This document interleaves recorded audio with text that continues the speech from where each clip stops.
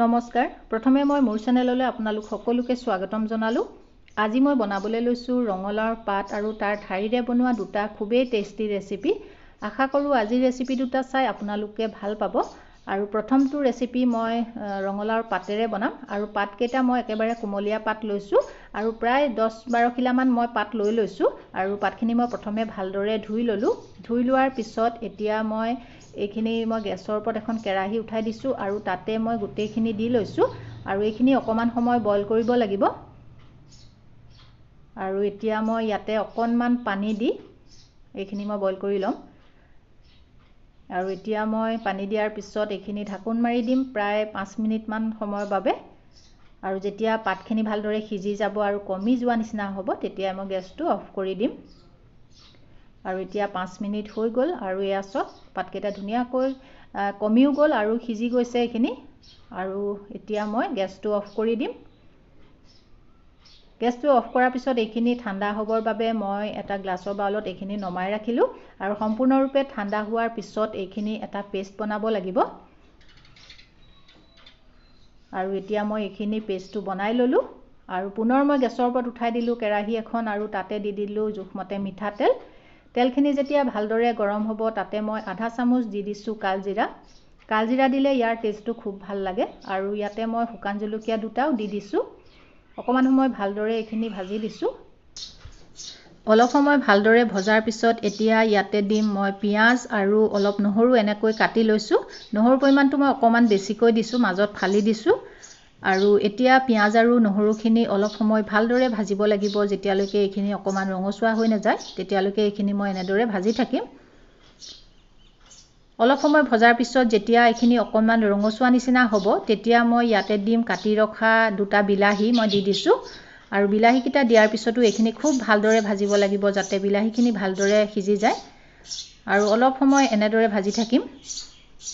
অলপ সময় ভজাৰ পিছতে এইখিনি এতিয়া ভজা ভালদৰে হৈ গৈছে তাতে মই অকমান জ্বলাৰ বাবে কেঁচা জলকীয়া দুটা মাজত ফালি দি দিছো আৰু পেষ্ট বনাই থোৱা ৰঙালাওৰ পাতখিনি এতিয়া তাতে দি দিছো আৰু দিছো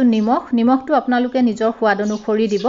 আৰু নিমখ দিয়াৰ পিছত পুনৰ এইখিনি খুব ভালদৰে অলপ সময় ভাজি থাকিব লাগিব আৰু ভালদৰে ভাজি থাকিম যাতে ইয়াৰ পৰা অকমান পানী নিচিনা হৈ আছে যেহেতু অকমান পানী ভাৱটো যাতে নাইকিয়া হৈ যায় এনেদৰে এইখিনি ভাজি থাকিব লাগিব যেহেতু আমি ৰঙালাওৰ পাতখিনি আগতে বইল কৰিয়ে লৈছো তথাপিতো এইখিনি খুব ভালদৰে এনেকৈ ভাজি থাকিম আৰু শেষত আমি ইয়াতে দি দিলো অলপ ধনিয়া পাত আৰু দি পুনৰ এইখিনি ভালদৰে ভাজি দিলো আৰু হৈয়ে গৈছে এইখিনি আৰু তাতকৈ বেছি আৰু ভাজি থাকিব নালাগে আৰু এতিয়া মই এটো হৈ গৈছে মই গেছটো অফ কৰি দিম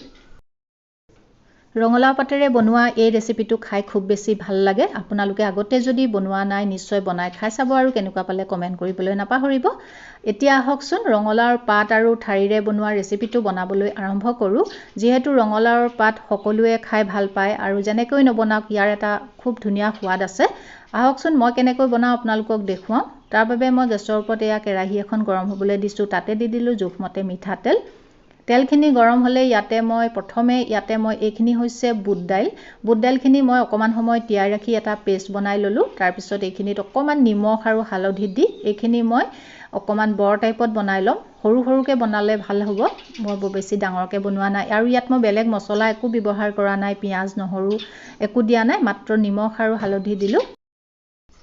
আৰু এতিয়া মই এইখিনি ৰঙচুৱা হোৱালৈকে অলপ সময় ফ্ৰাই কৰি লম আৰু এইখিনি ফ্ৰাই কৰা হৈ গৈছে আৰু মই এইখিনি এতিয়া প্লেট এখনত উঠাই ৰাখিছো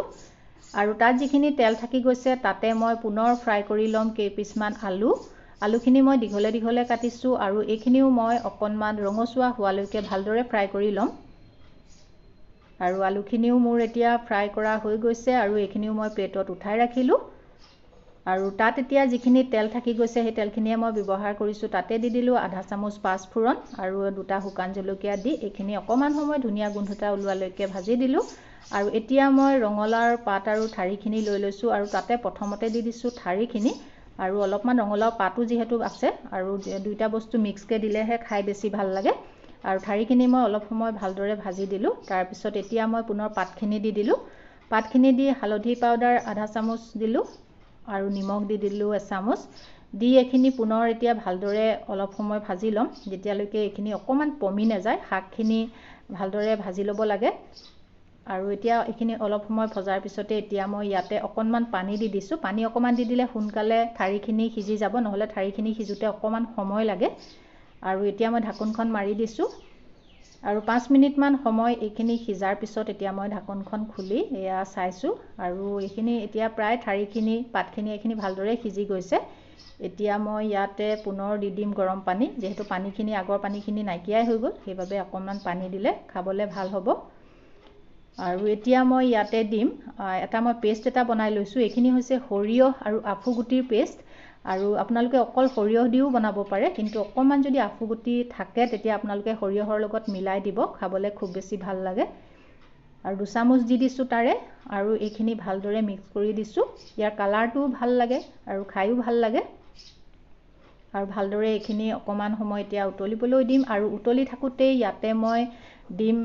এই যিখিনি আমি আলু আৰু বৰ ফ্ৰাই কৰি ৰাখিছিলোঁ সেইখিনি মই ইয়াতে এতিয়া দি দিছোঁ। আৰু দিয়াৰ পিছতে এইখিনি ভালদৰে পুনৰ লৰাই দিছোঁ এবাৰ। আৰু ইয়াত যিহেতু মই পিঁয়াজ আৰু নহৰু ব্যৱহাৰ কৰা নাই, সেইবাবে মই ইয়াতে অকণমান আদা বটা দি দিম। আদা বটা দিলে টেষ্টটো খুব ভাল লাগে। অকণমান আদা মই খুন্দি লৈ ইয়াতে দি দিম। আৰু জ্বলাৰ বাবে মই ইয়াতে কেঁচা জলকীয়া 2টা এনেকৈ দি দিছোঁ, তেতিয়া টেষ্টটো ভাল লাগে। আৰু ইয়াত যিহেতু মই পিঁয়াজ নহৰু ব্যৱহাৰ কৰা নাই, আপোনালোকে এই ৰেচিপিটো নিৰামিষ দিনতো বনাই খাব পাৰে। এতিয়া মই এইখিনি ঢাকোন মাৰি অকণমান সময় এইখিনি উতলিবলৈ দিম। প্ৰায় 5 মিনিটমানৰ পিছত ঢাকোনখন খুলি এয়া চাইছোঁ, এইখিনি এতিয়া ধুনীয়াকৈ হৈ গৈছে। আৰু পানী যদি আপোনালোকে বিচাৰে আৰু অকণমান দি ল'ব পাৰে, কিন্তু ইমানখিনি জোখতে ৰাখিলে সোৱাদটো থাকিব। বৰ বেছি পানী দি দিলেও ভাল নালাগিব। আৰু এতিয়া মই ইয়াতে শেষত দি দিছোঁ অলপমান ধনিয়া পাত, আৰু হৈ গৈছে। এতিয়া আৰু বেছি সময় উতলাই থাকিব নালাগে, মই গেছটো এতিয়া অফ কৰি দিম। এতিয়া ৰেচিপিটো ৰেডি হৈ গ'ল। খাই খুব বেছি ভাল লাগে। আপোনালোকে যদি বনোৱা নাই বনাই খাই চাব।